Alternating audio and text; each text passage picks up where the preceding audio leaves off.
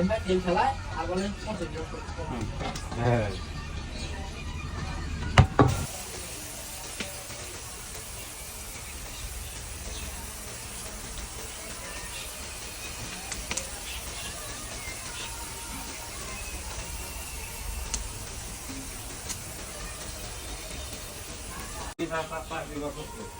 আমি যদি আমার বর করতে পারলাম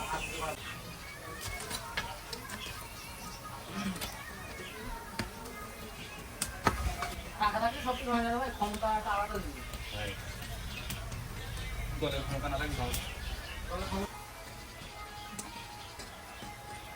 তাহলে তো দোকানটা খুলতে গেছি 5 লাখ টাকা দিয়ে তুমি মাংস করে দিই।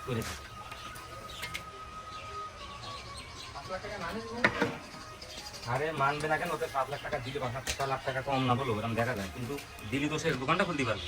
দিইনি, এরকম কোনো কিছু হয়নি। হুজুগ হয়ে এরকম, এটা তো হুজুগ হয়েছে।